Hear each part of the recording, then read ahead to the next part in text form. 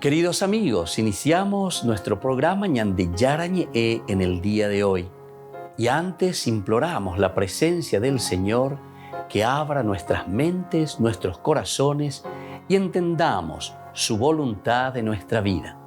Rezamos en primer lugar por nuestros gobernantes, electos por el pueblo, por la gente, para responder a las necesidades de la comunidad. Rezamos por la honestidad, rezamos por el servicio y rezamos sobre todo por la generosidad. Y al mismo tiempo elevemos nuestras súplicas por cada una de nuestras familias en el día de hoy. Que el Señor Jesús bendiga nuestros hogares, a papá, a mamá, a los hijos. Y por último rezamos también por todos los agentes de pastoral que están al frente de evangelizar y hacer llegar la palabra de Dios en la construcción del reino de Dios. Iniciamos de esta manera en el día de hoy nuestro programa Ñande Yarañe.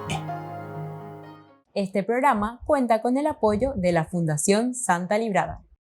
Bienvenidos a Ñande Yarañe, un espacio de reflexión donde compartimos con el Padre Víctor Luis Cabañas sus conocimientos sobre el Antiguo y Nuevo Testamento.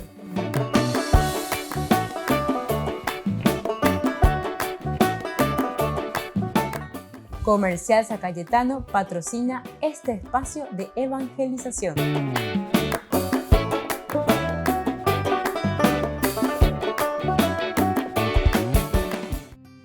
Queridos amigos, estamos iniciando con nuestro programa Ñande Yarañe Antiguo Testamento. Y estamos reflexionando sobre este hermoso libro de Samuel.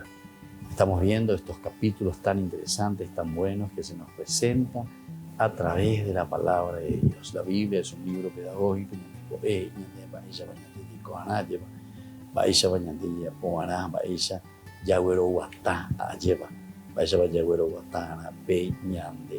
entonces, queridos amigos, estamos nosotros aquí mirando y llevando hacia adelante todo lo que significa también el hecho de caminar por las huellas de Dios, lo que Dios nos ofrece, lo que Dios nos va regalando. Vamos a mirar ahora y reflexionar en el día de hoy, en este curso bíblico, lo que nos presenta el libro de Samuel. Estamos hablando de una macroestructura.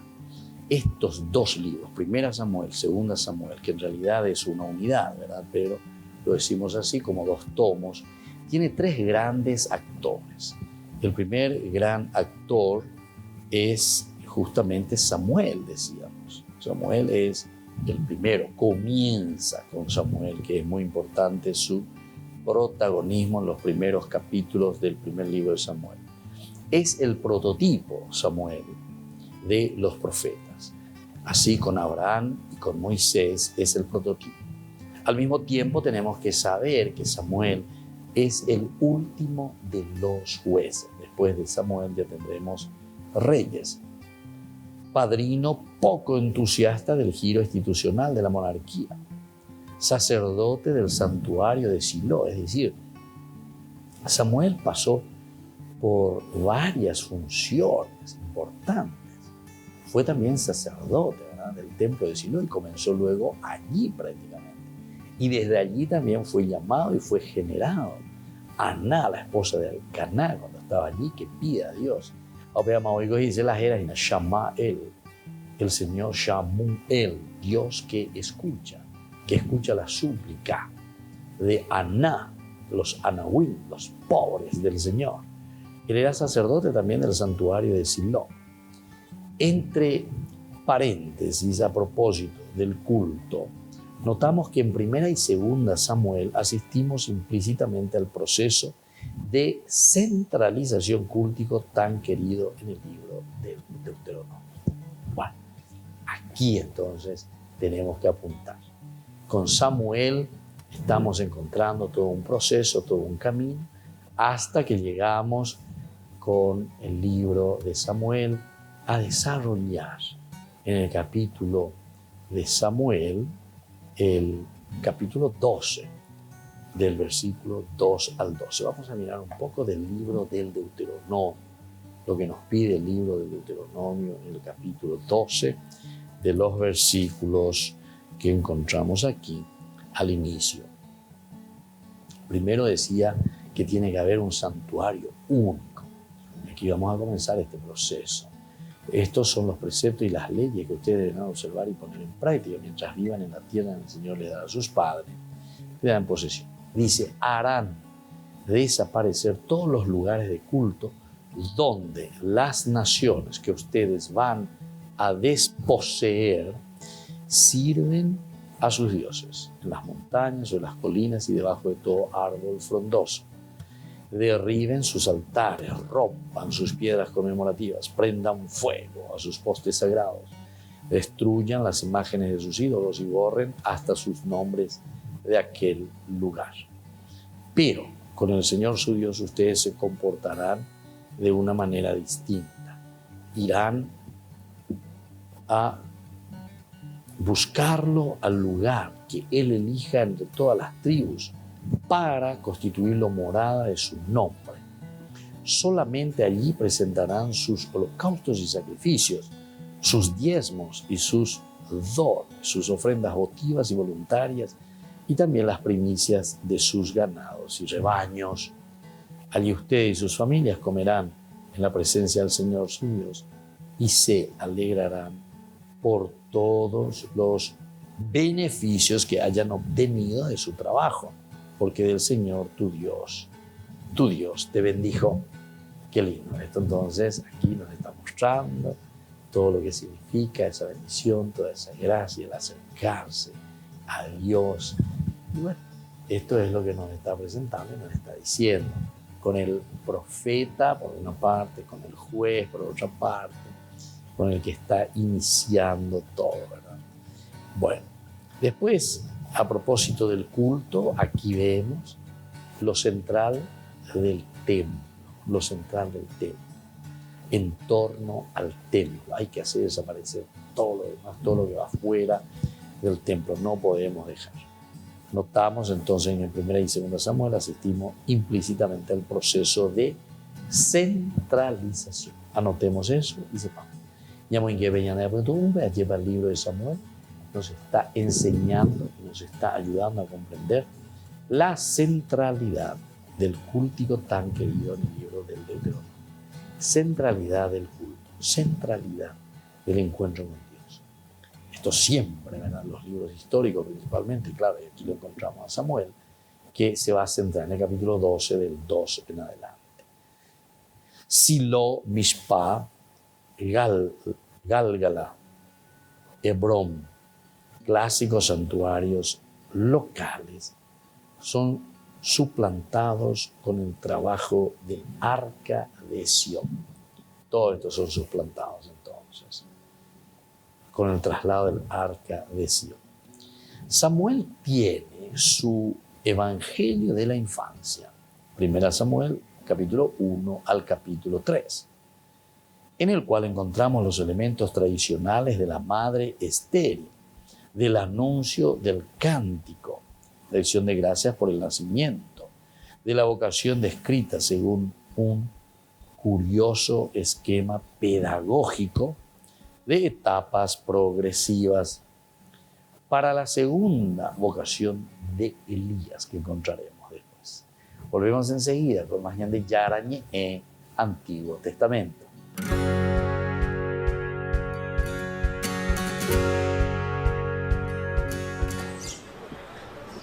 En medio de la mayor crisis de refugiados de Europa desde la Segunda Guerra Mundial, miles de madres ucranianas y sus hijos escaparon de la guerra llegando a Italia. En respuesta, el Centro de Formación Profesional sin ánimo de lucro ELIS, situado en Roma, puso en marcha ELIS Ucrania. Es un programa de verano para ayudar a las familias ucranianas a integrarse en la sociedad italiana y construir una vida en su nuevo hogar. Una parte consiste en acoger a los más pequeños, dejándoles jugar e integrarse con otros niños. Al mismo tiempo, sus madres están aprendiendo italiano. Estamos abriendo un servicio de escucha para conocer en reuniones individuales las aptitudes y capacidades de estas personas, de modo que podamos encontrarles trabajo de inmediato. 62 mujeres y 95 niños participan en el ELIS Ucrania. Algunos de ellos han viajado solos, sin sus padres, para escapar de las zonas de conflicto. Ahora puedo saber más de mis padres, pero la situación siempre cambia. En marzo hubo 1 o 2 semanas en las que no pude llamarlos, y para mí fue uno de los periodos más nerviosos de la guerra. Muchos de estos inmigrantes no saben cuándo volverán a Ucrania, por lo que el ELIS hace del aprendizaje del idioma una prioridad para ayudarles a integrarse en sus hogares temporales. Para nosotros es muy importante. Estamos dando grandes pasos en el aprendizaje del idioma. Me he dado cuenta de que puedo hablar y comunicarme con la gente incluso fuera de la escuela. Puedo ir a una tienda y hablar con los italianos. Al huir de la guerra, estos niños de apenas 3 años no pueden tener sus vacaciones normales de verano, pero en Roma pueden asistir a un campamento. Tras el rezo del Ángelus, el Papa pidió oraciones por Nicaragua. Actualmente son 9 los sacerdotes detenidos, entre ellos Monseñor Rolando Álvarez, obispo de Matagalpa. Seguo da vicino, con preoccupazione e dolore, la situazione creatasi in Nicaragua, che coinvolge persone e istituzioni. Vorrei esprimere la mia convinzione e il mio auspicio che, per mezzo di un dialogo aperto e sincero, si possano ancora trovare le basi per una convivenza rispettosa e pacifica. Desde 2018, el gobierno de Daniel Ortega ha hostigado a la iglesia de este país después de que varios sacerdotes dieran refugio a los manifestantes que protestaban contra el gobierno y eran perseguidos por la policía. La represión en Nicaragua ha llevado a varios países y obispados de América Latina a lanzar comunicados solidarizándose con la iglesia perseguida. Ahora el Papa Francisco también ha pedido oraciones y diálogo desde el Vaticano. Durante el rezo del Ángelus en la plaza de San Pedro, el Papa explicó las palabras de Jesús en el Evangelio de San Lucas cuando dice: «Yo soy la puerta, quien entre a través de mí será salvado». Ci vuole dire che per entrare nella vita di Dio, nella salvezza, bisogna passare attraverso di Lui, non di un altro, di Lui, accogliere Lui e la sua parola. Come per entrare in città bisognava misurarsi con l'unica porta stretta rimasta aperta, così quella del cristiano è una vita a misura di Cristo, fondata e modellata su di Lui. Francisco también explicó que esta puerta estrecha no significa que la salvación sea solo para unos pocos ni para los perfectos. Insistió en que es para todos y solo pide algunas renuncias. Entrare nel progetto di vita che Dio ci propone chiede di restringere lo spazio dell'egoismo, di ridurre la presunzione dell'autosufficienza, di abbassare le alture della superbia e dell'orgoglio e di superare la pigrizia per attraversare il rischio dell'amore, anche quando comporta la croce. El Papa concluyó preguntando a los peregrinos qué puerta escogían, si la de ellos mismos o la de Jesucristo, y les animó diciendo que si escogían la segunda, la Virgen les ayudaría.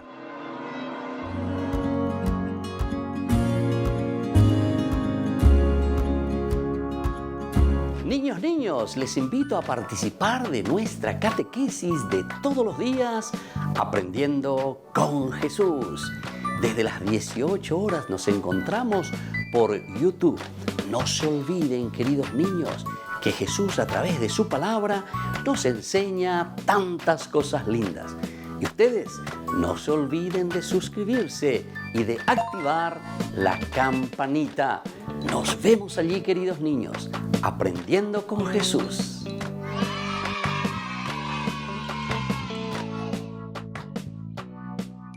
Ñandeyara Ñe presenta sus cursos modulares bíblicos 2022 de marzo a noviembre a través de la plataforma Meet. Horario 20:30 a 21:30 horas. Mes de agosto. Grupo martes, Evangelio de San Juan.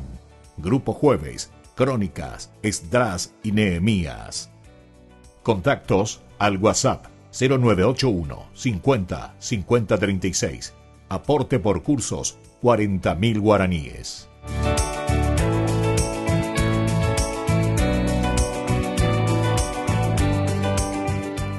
Queridos amigos, les invito a todos a participar de los cursos bíblicos Ñandeyara Ñe Antiguo Testamento.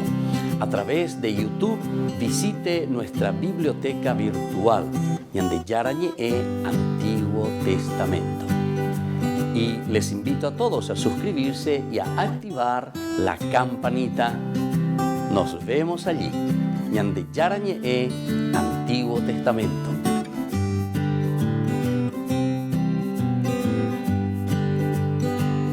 Ceremonia del consistorio para la creación del primer cardenal del Paraguay, este sábado 27 de agosto, desde la Basílica de San Pedro, en Roma, en vivo, en directo, todas las instancias de un evento que marcará en la historia del catolicismo paraguayo por nuestro primer cardenal, Monseñor Adalberto Martínez, en vivo, en directo, desde Roma, este sábado, desde las 9 horas, por Ñande Yara Ñe'e, el primer canal católico del país.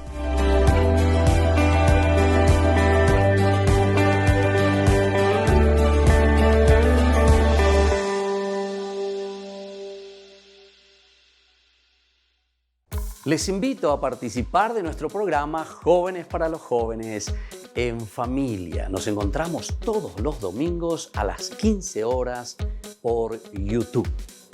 Allí participamos y encontramos a jóvenes venidos de distintas latitudes de nuestro país con sus ideales, con sus proyectos, con sus actividades, con sus esperanzas y principalmente con sus testimonios de vida. Les invito a acompañarnos todos los domingos por YouTube, Jóvenes para los Jóvenes en Familia.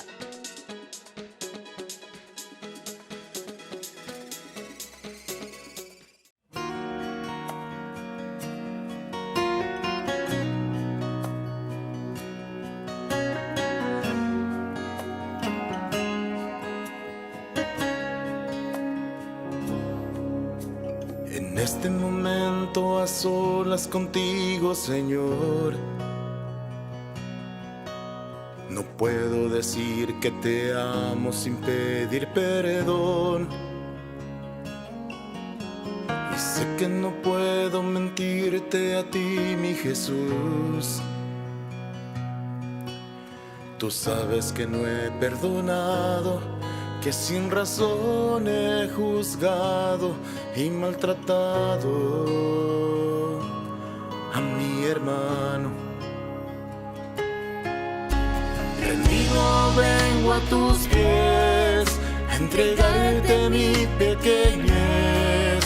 Con tu gracia y amor límpiame, oh Jesús, sálvame. Rendido te pido perdón, me reconozco pecador. Mi vida te entrego, Señor, de mí ten compasión, de mí ten compasión.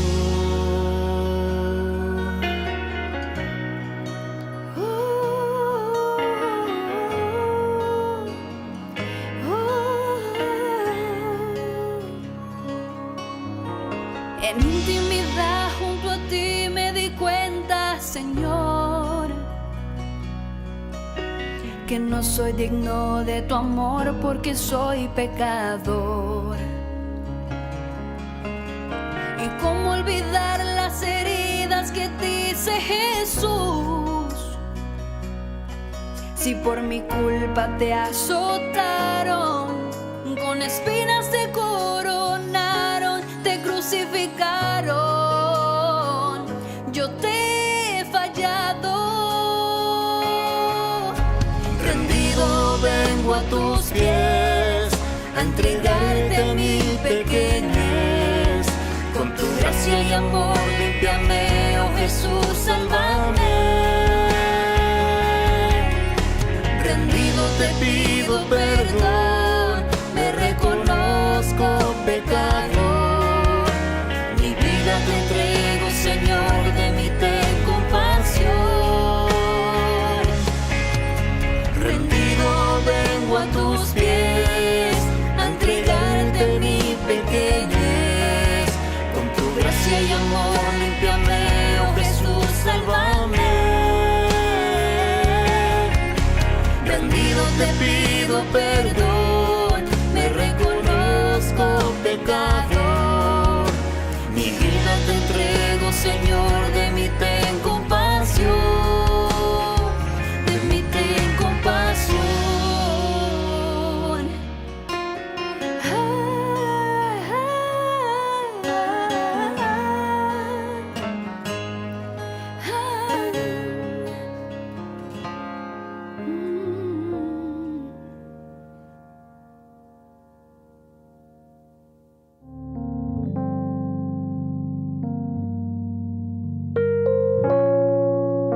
Queridos amigos, seguimos con Ñande Yarañe en Antiguo Testamento. Estamos reflexionando sobre este hermoso libro de Samuel. Ella página bebé captúa, lleva introducciones que nos ubiquen bien.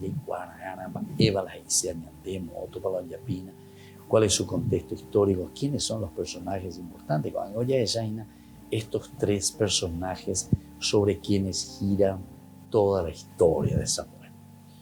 Por eso que es siempre una historia bastante novelada, bastante fabulada, digamos, en el sentido de que se quiere transmitir esa relación profunda, qué es lo que Dios quiso decir al pueblo, qué es lo que dice al pueblo, hacia dónde tenemos que caminar, qué tenemos que entender, en qué tenemos que esforzarnos, cuál es nuestro camino, ¿verdad? Todos estos grandes personajes que se nos están mostrando. Dentro del espíritu de la profecía está la crítica también del poder, dentro del espíritu de profecía.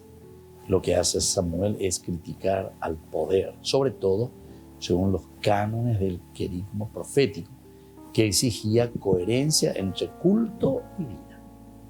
Culto y vida. Qué bueno. Aquí tenemos que apuntar al culto y a la vida, entre fe y justicia. Se complace tanto el Señor en los holocaustos y sacrificios como en la obediencia a sus palabras. La obediencia vale más que el sacrificio, nos dice la palabra de Dios. La obediencia. Shema Israel, escucha Israel, cumple Israel, obedece Israel. Entonces se complace mucho más. La obediencia vale más que el sacrificio y la docilidad más que las grasas de los carneros. 1 Samuel 15:22. Si 1 Samuel 15:22 nos está diciendo esto, quiere decir que es muy importante para el autor sagrado este aspecto. Porque si no, dejaríamos simplemente con los salmos, con las poesías, y bueno, qué lindo, qué interesante. Aquí, cuando te está bajando la realidad y está retomando y te está diciendo, ¿verdad?, que la obediencia vale más que el sacrificio y la docilidad más que las grasas de los carneros, y desde ese momento su palabra será solo de juicio y se transformará en silencio hasta la célebre noche de la nigromante de Endor, cuando el espectro de Samuel se alce para anunciar sobre Saúl y sobre su reino la sentencia definitiva. La sentencia definitiva. Aquí entonces estamos encontrando algo importante. Desde ese momento, entonces, su palabra será solo de juicio.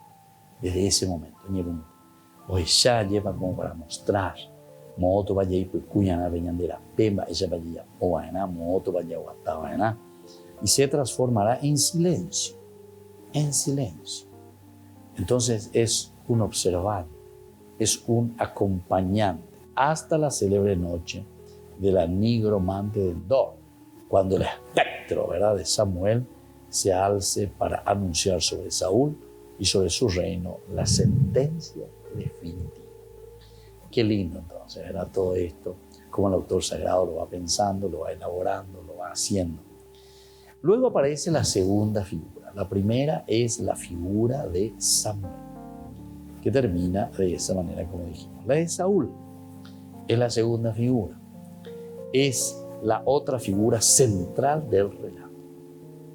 Saúl, descrita con vivos colores y con una buena dosis de simpatía humana, a pesar de la sombría tragedia que le envuelve. Hay una sombría tragedia que le envuelve. vuelve a Saúl, lastimosamente, ¿verdad? Pero está descrita toda la narración con vivos colores, con una buena dosis de simpatía humana. Hasta ahí, ¿verdad? Comenzamos bien, ya moñé bueno monaje, hija, esa la gente, pero ya esa va a continuar.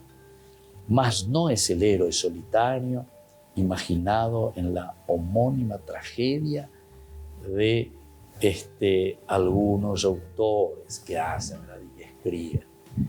Entonces hay ciertas tragedias, ciertos pensamientos, ciertos héroes que nos llaman la atención. Me parecería que todo va bien y de repente nos encontramos en un solitario inimaginado por nadie. Su lúcida locura, porque el autor sagrado también quiere presentarlo siempre así, sino que quiere mostrar qué es lo que está haciendo y cómo está haciendo también.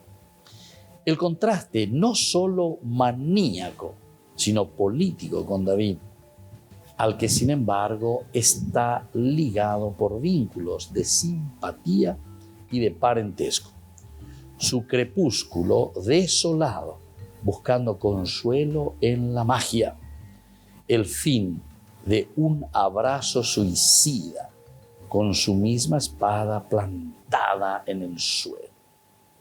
No son realmente elementos patéticos o épicos, sino antes de nada teológicos, destinados a ilustrar la crítica a la monarquía y abrir el horizonte a David. Bueno, así entonces vamos viendo y vamos entendiendo lo que significa para nosotros este hermoso libro de Samuel. Volvemos enseguida con más de Yarañe en Antiguo Testamento.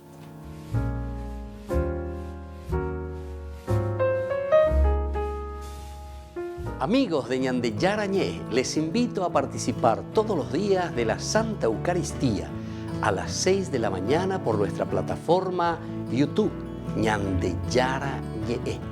Vamos a escuchar la palabra de Dios y fortalecernos con el mensaje de amor del Señor. Vamos a renovar nuestra vida y sobre todo vamos a caminar con el cuerpo y la sangre de Jesús que nos alimenta. Les invito a suscribirse y a activar la campanita. Ñande Yarañé YouTube.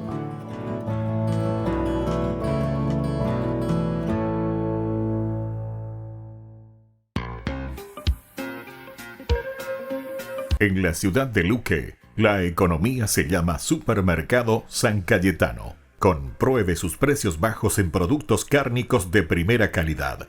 Panificados, verduras, vegetales, frutas, artículos de bazar, ferretería, ropería. Supermercado San Cayetano, Humaitá 168, Casi Capitán Vado, ciudad de Luque.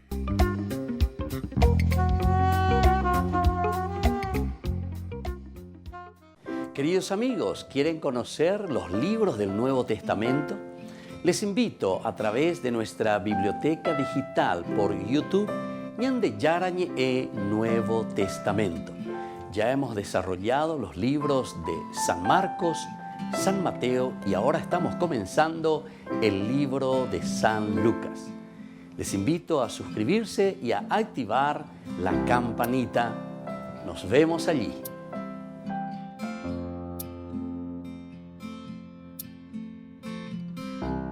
Ceremonia del consistorio para la creación del primer cardenal del Paraguay, este sábado 27 de agosto, desde la Basílica de San Pedro, en Roma, en vivo, en directo, todas las instancias de un evento que marcará en la historia del catolicismo paraguayo por nuestro primer cardenal, Monseñor Adalberto Martínez, en vivo, en directo, desde Roma, este sábado, desde las 9 horas, por Ñande Yarañé, el primer canal católico del país.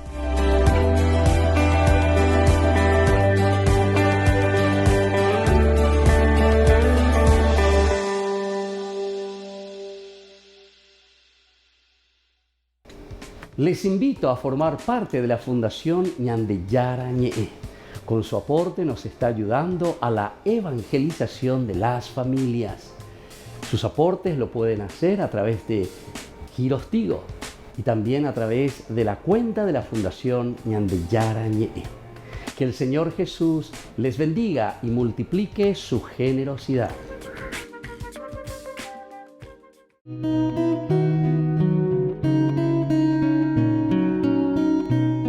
Los dogmas sobre Jesucristo. Jesucristo es el verdadero Dios, según San Juan capítulo 10:30, e Hijo de Dios por esencia. El dogma dice que Jesucristo posee la infinita naturaleza divina con todas sus infinitas perfecciones por haber sido engendrado eternamente por Dios. Jesús posee dos naturalezas que no se transforman ni se mezclan. Es decir, Cristo es poseedor de una íntegra naturaleza divina y de una íntegra naturaleza humana. La prueba está en los milagros y en el padecimiento. Cada una de las naturalezas en Cristo posee su propia voluntad física y su propia operación física. Existen también dos voluntades físicas y dos operaciones físicas de modo indivisible, de modo inseparable y de modo no confuso. Jesucristo, además de hombre, es el Hijo natural de Dios. El Padre Celestial, cuando llegó la plenitud de los tiempos, envió a los hombres a su Hijo, Jesucristo. Cristo nos rescató y reconcilió con Dios por medio del sacrificio de su muerte en la cruz. Jesucristo quiso ofrecerse a sí mismo a Dios Padre como sacrificio presentado sobre el altar de la cruz en su muerte. Al tercer día después de su muerte, Cristo resucitó glorioso de entre los muertos. Al tercer día, resucitado por su propia virtud, se levantó del sepulcro. Cristo subió en cuerpo y alma a los cielos y está sentado a la derecha de Dios Padre. Esto según San Marcos. Lo encontramos en el capítulo 16, 19. También San Lucas nos habla en el capítulo 24, 50. También encontramos en Hechos de los Apóstoles, capítulo 1, del 9 al 11. La carta de Pablo también, Efesios 4, 7 al 13. Resucitó de entre los muertos y subió al cielo en cuerpo y alma. Soy el Padre Víctor Luis Cabañas. Nos vemos a través de nuestras redes, Facebook, Instagram, YouTube. Y no se olviden de activar la campanita. Nos vemos allí.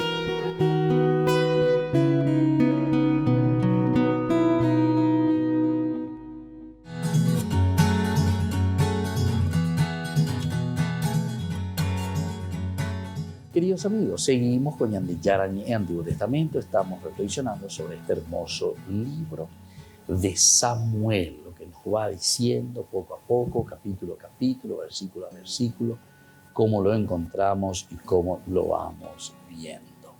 Son los primeros capítulos magníficos. La segunda persona, decíamos, que aparece aquí será Saúl. Y Saúl tiene muchos contrastes. Decíamos que es otra de las figuras centrales que encontramos en este libro, pero con ciertos peros, elementos adversativos en su caminar y en su decisión. Descrita con vivos colores y con una buena dosis de simpatía humana, a pesar de la sombría tragedia que le envuelve. Hay una tragedia, pobrecito a Saúl, que le está envolviendo cada vez más. La palabra Sha'al, ¿verdad? Después tenemos que entrar un poco más en estos detalles también. Sha'al, que significa para nosotros prestado. Entonces, teológicamente nosotros podemos pensar y podemos entender que el rey Saúl, el rey Shaul, es simplemente un primer rey, pero vamos a decir primer rey, pero medio de transición, porque Israel y la Biblia ensalzan tremendamente al rey David, y además Saúl, que le persigue a David, David que se salva, David que sigue luchando, pero sin embargo lo ladea y lo deja después al rey Saúl y lo va pintando y lo va demostrando que no está haciendo bien las cosas. Dios incluso lo deja de lado, Dios no lo asume. Es un final un poco triste, ¿verdad?, con el rey Saúl. Y el nombre, como dice, del rey prestado, ¿sí?, porque el titular después sería entonces el rey David. A eso parece que el autor sagrado está queriendo apuntar y está queriendo no enseñar. Ave mala o mandá jamara, picuerila, yajata, jamala o yapuabeña de Yadebota. Saúl, no, pero David contra Saúl. David entonces es el que está siendo enfocado en una manera mucho más positiva. Y Saúl, entonces Saúl queda de lado. Saúl es el rey Shaal, prestado, prestar. Oye, por Ucante, mientras tanto, Pelle prepara ya hasta que venga David. Entonces, la lúcida locura de Saúl, el contraste no solo maníaco, sino que también político con David, maníaco, muñayo, yucasegui, por todas partes, iba a todo el ejército, va al ejército para matarle a David, al que sin embargo está ligado por vínculos de simpatía y de pensadores que tienen el parentesco. Esto es importante. Su crepúsculo desolado buscando consuelo en la magia. El fin en un abrazo suicida. En un abrazo suicida. Con su misma espada plantada en el suelo. Entonces se dan cuenta. Pero ahí dice también que no quiere morir, ¿verdad? No quiere morir en manos de incircuncisos. El 31, vamos a mirar un poco, es ya el final, cuando cae en batalla, ¿verdad? Es la incursión de los amalecitas, la campaña de David contra los amalecitas, el reparto de botín David y los ancianos. Y en el 31, aquí está el 31, el desastre de Gilboé y la muerte de Saúl, capítulo 31. Los filisteos entablaron combate con Israel. Los hombres de Israel huyeron ante ellos y cayeron heridos de muerte en el campo de Gilboé. Los filisteos persiguieron de cerca a Saúl y mataron a Jonatán, Abinadab, Malquishua, los hijos de Saúl. El peso del combate recayó entonces contra Saúl. Los arqueros lo descubrieron y fue herido gravemente por ellos. Saúl dijo a su escudero: saca tu espada y traspásame, no sea que esos incircuncisos vengan a traspasarme para vergüenza mía. Pero su escudero no quiso hacerlo porque tenía mucho miedo. Entonces Saúl tomó la espada y se dejó caer sobre ella. Al ver que Saúl estaba muerto, también su escudero se echó sobre su espada y murió junto a él. Así murieron juntos aquel día Saúl, sus 3 hijos y su escudero. Los hombres de Israel que estaban al otro lado del valle y los que estaban al otro lado del Jordán, al ver que los israelitas huían y que Saúl y sus hijos habían muerto, abandonaron las ciudades y se dieron a la fuga. Luego vinieron los filisteos y se establecieron allí. Al día siguiente, cuando llegaron los filisteos para despojar a las víctimas, encontraron a Saúl y a sus 3 hijos tendidos sobre el monte Gilboa. Entonces cortaron la cabeza de Saúl y lo despojaron de sus armas. Luego enviaron mensajeros por todo el país de los filisteos para dar la buena noticia en los templos de sus ídolos y a todo el pueblo. Depositaron las armas de Saúl en el templo de Astarte y colgaron su cadáver en los muros de Bet-shean. Cuando los habitantes de Yabesh, de Galaad, oyeron lo que los filisteos habían hecho a Saúl, todos los hombres valientes emprendieron la marcha y después de caminar toda la noche, retiraron de los muros de Bet-shean el cadáver de Saúl y los cadáveres de sus hijos. Luego volvieron a Yabes y allí los quemaron. Después recogieron sus huesos, los sepultaron bajo el terebinto de Yahvé y ayunaron 7 días. Ao pobre de la historia. Es decir, esta historia, digamos, en la división de este libro, del primer libro de Samuel, porque decíamos que esto es su continuación. Y claro, si uno comienza a mirar un poco, se da cuenta que es la continuación, porque enseguida dice la reacción de David ante la muerte de Saúl. Es decir, hay una continuidad sin ningún respirar aquí. No hay ningún paréntesis, no hay nada, no hay pausa, sino que ya va la continuación. Después de la muerte de Saúl, David volvió a derrotar a los amalecitas y permaneció 2 días en Siquelag. Al tercer día llegó un hombre del campamento de Saúl con la ropa hecha jirones y la cabeza cubierta de polvo. Cuando se presentó ante David, cayó con el rostro en tierra y se postró. ¿De dónde vienes?, le preguntó David. Él le respondió: me he escapado del campamento de Israel. David añadió: ¿qué ha sucedido? Cuéntame todo. Entonces él dijo: la tropa huyó del campo de batalla y muchos del pueblo cayeron en el combate. También murieron Saúl y su hijo Jonatán. David dijo al joven que le traía la noticia: ¿cómo sabes que murieron Saúl y su hijo Jonatán?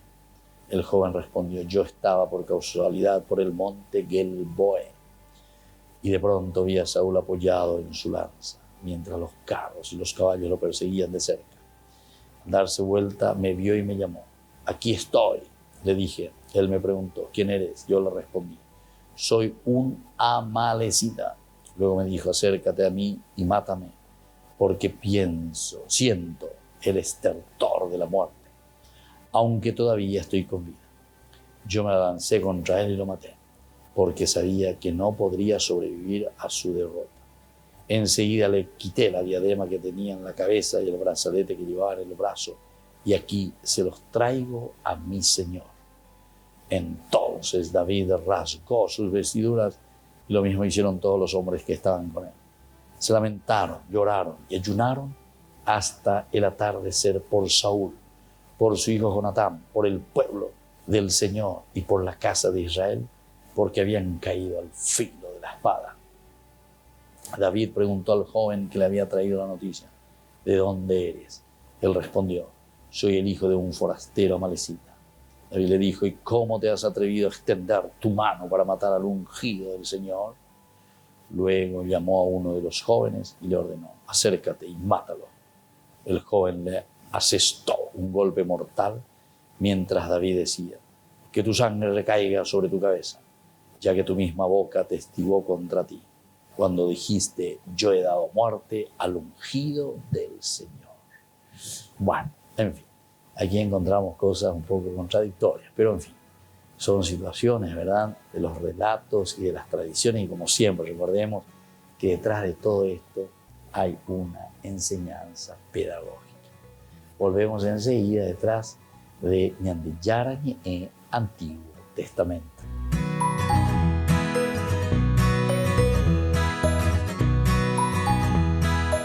Les invito a participar de nuestro programa Jóvenes para los Jóvenes en Familia. Nos encontramos todos los domingos a las 15 horas por YouTube. Allí participamos y encontramos a jóvenes venidos de distintas latitudes de nuestro país con sus ideales, con sus proyectos, con sus actividades, con sus esperanzas y principalmente con sus testimonios de vida. Les invito a acompañarnos todos los domingos por YouTube, Jóvenes para los Jóvenes en Familia.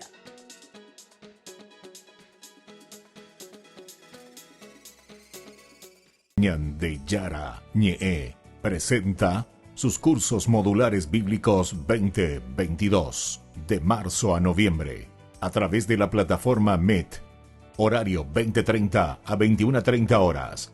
Mes de agosto, Grupo Martes, Evangelio de San Juan. Grupo Jueves, Crónicas, Esdras y Nehemías. Contactos al WhatsApp 0981 50 50 36. Aporte por cursos 40.000 guaraníes.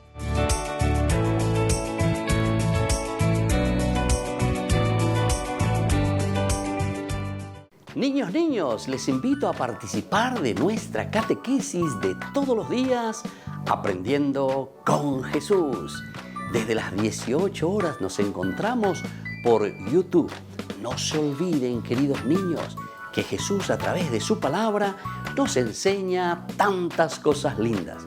Y ustedes no se olviden de suscribirse y de activar la campanita. Nos vemos allí, queridos niños, Aprendiendo con Jesús.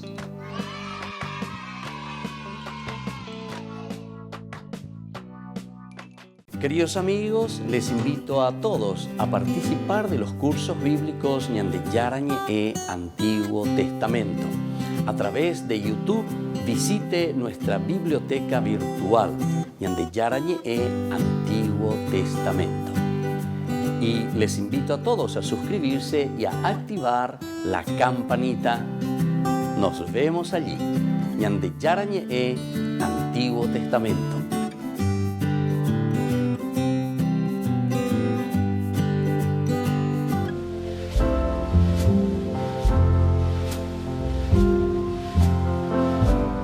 Queridos amigos, estamos iniciando con la palabra del Señor nuestra jornada y como siempre viene a nuestro encuentro, nos bendice, nos fortalece, nos anima, nos da aquella gracia que necesitamos para hacer el camino de vida comprometida con el Señor.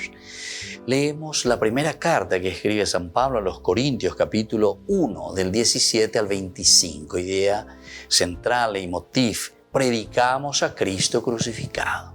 Upeajina la ñandella ya poalleva. Yecuacabe ñande yara uerúa ecueñandepe moiba cuebe ñande pobe jagoán alleva omasai a eo y cuaca ñande jañandero vive alleva ñande yara coanga oñe yepe ñande yara ñe omuagentero eteave ñandere coveru vive. Cristo no me envió a bautizar sino a anunciar la buena noticia sin elocuencia alguna, para que no pierda su eficacia la cruz de Cristo. Porque el mensaje de la cruz es locura para los que se pierden, pero para los que nos salvamos es fuerza de Dios. Obviamente ya ese versículo continúa vez y nos lleva a San Pablo las hijas de. Pero comenzamos con lo primero y lo esencial. No me envió para bautizar simplemente, sino que sobre todo para anunciar la buena noticia. Ay de mí si no evangelizara justamente San Pablo. Es decir, ella lleva hoy cual cañan de oñe piaba que hoy cual casentero betea bepeñan de yara o el evangelio, buena noticia. El Señor me eligió para eso. Cada uno de nosotros estamos llamados como alter Christi, otros Cristos, a anunciar y a llevar la buena noticia a nuestros hermanos. Entero betea dale ñañe piagena a entero betea ya puana upea. Y solamente con la gracia, la fuerza y el Espíritu del Señor podemos comunicar esta buena noticia. Y que la bendición de Dios descienda sobre cada uno de ustedes, el Padre y el Hijo y el Espíritu Santo. Amén.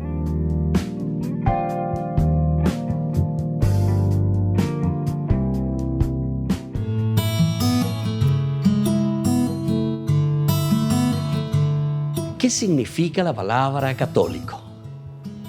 Muchas personas se suelen preguntar sobre el significado de la palabra católico. Tantos otros hermanos nuestros, también siendo católicos, desconocen este significado.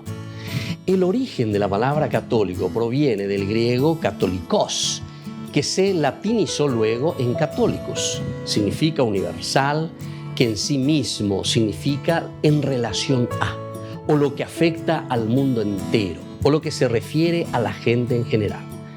Esto quiere decir que abarca todo, es la amplitud de la comprensión, la amplitud general, el contener todo lo que es necesario. Por lo tanto, significa toda la gente, en todos los lugares, teniendo todo lo necesario, teniendo toda la revelación y por todo el tiempo. Este es el significado que nosotros encontramos de la palabra católico. En cuanto a la Biblia, nosotros en Mateo 28, del 19 al 20, encontramos el mandato del Señor. Vayan y hagan discípulos en todas las naciones, enseñándoles a cumplir todo lo que les he ordenado. yo estaré con ustedes todos los días hasta el fin del mundo. Es decir, aquí abarca el todo, es el mandato. El cristiano es católico entonces por antonomasia, es decir, por esencia, por mandato del Señor, lo todo, lo universal. Y esta es una declaración de la universalidad, el Catholicus Catholica.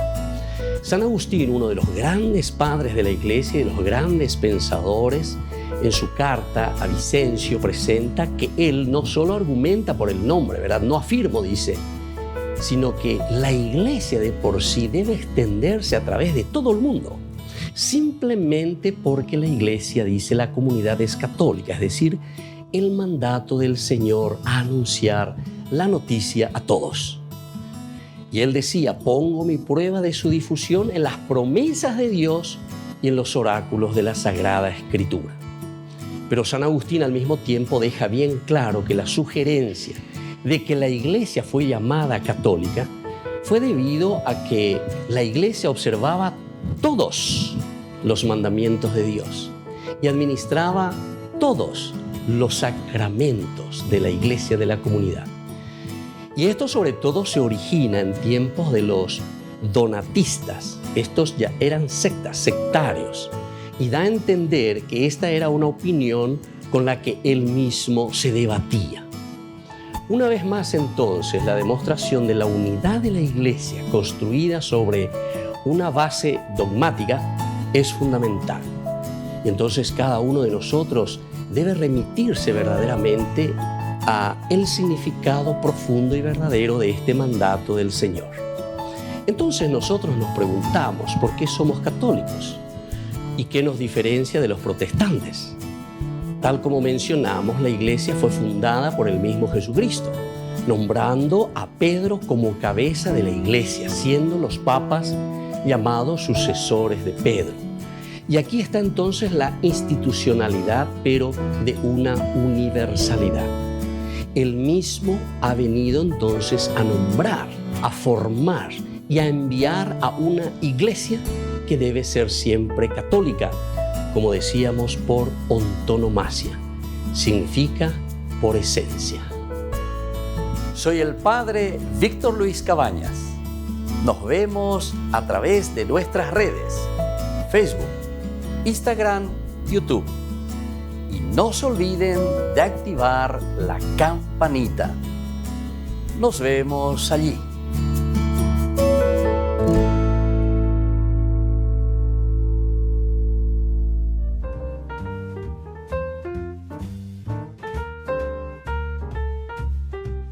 Queridos amigos, seguimos con Ñande Yarañé en Antiguo Testamento. Estamos nosotros aquí reflexionando sobre la muerte. En este caso ya estamos llegando, ¿verdad? Y al final de este libro hermoso, del primer libro de Samuel. Bueno, pero aquí decíamos que encontramos a tres grandes personajes. El primer personaje de toda esta historia de Samuel será, en primer lugar, el mismo Samuel, que están en los primeros capítulos del primer libro de Samuel.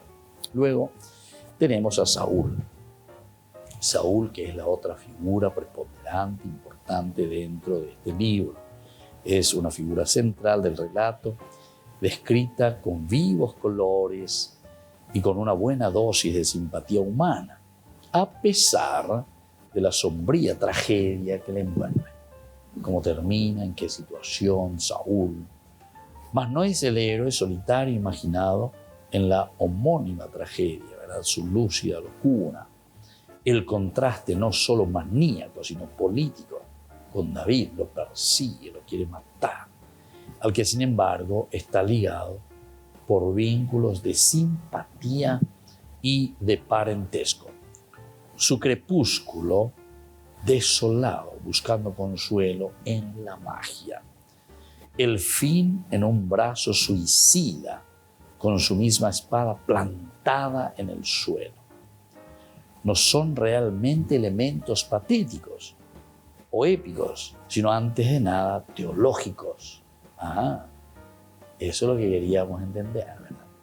El hecho de echarse sobre la espada son más bien elementos teológicos destinados a ilustrar la crítica a la monarquía y abrir el horizonte a David.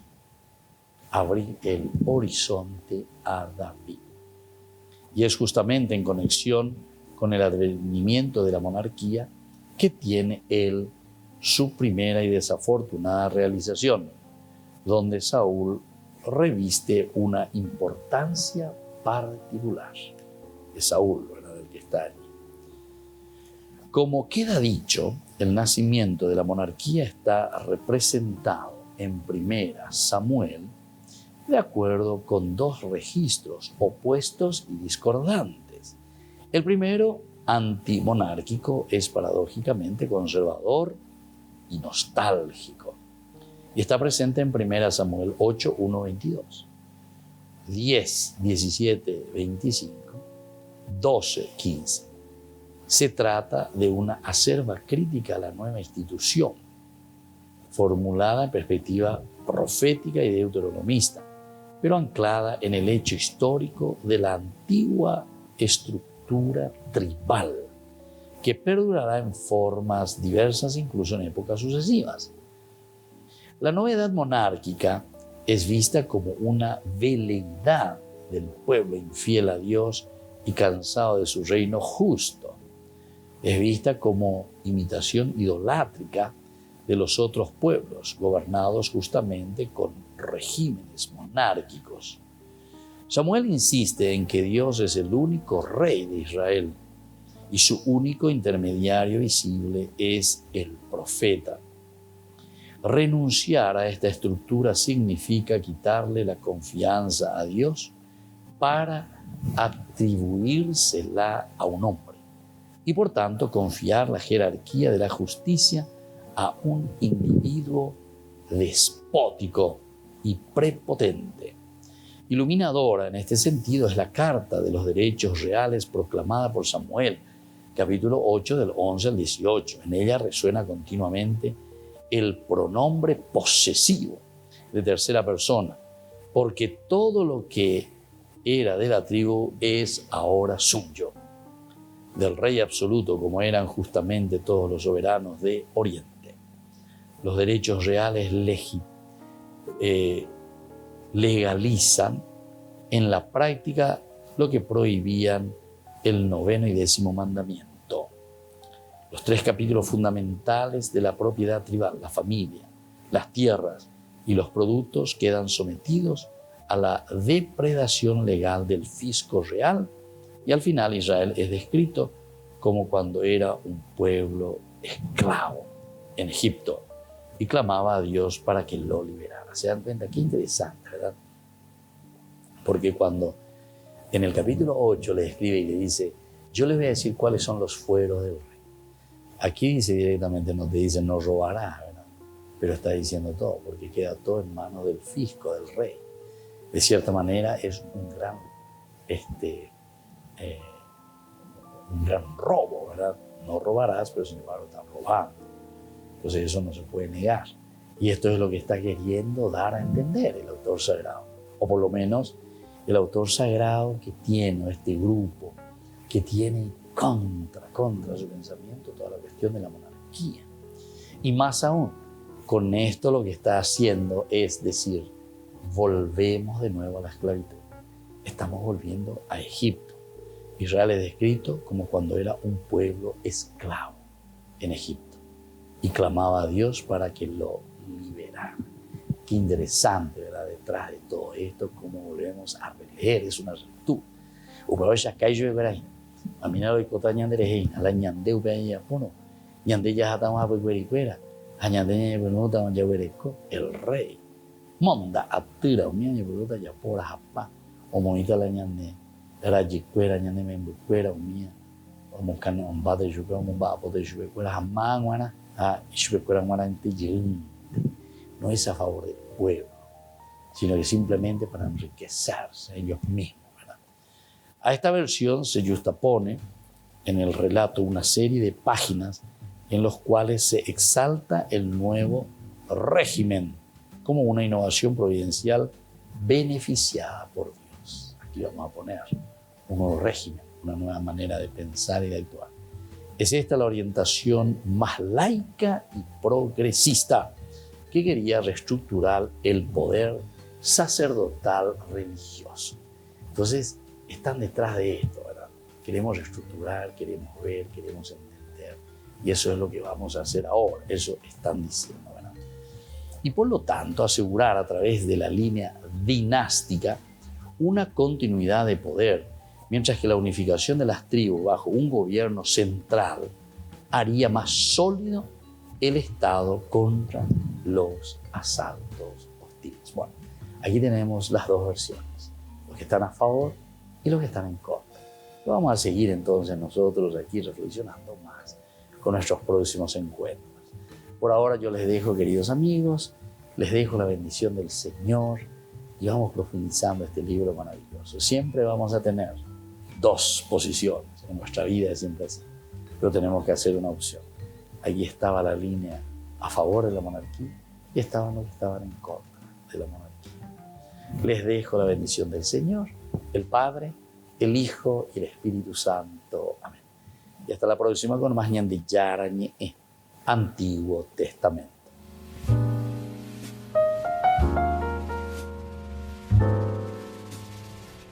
Este programa cuenta con el apoyo de la Fundación Santa Librada. Con esto concluimos nuestro programa Ñande Yara Ñe con el Padre Víctor Luis Cabañas. Les invitamos a todos a seguirnos todos los días por los medios de comunicación y también en nuestras redes sociales, Facebook, Instagram, YouTube. Que Dios los bendiga y proteja.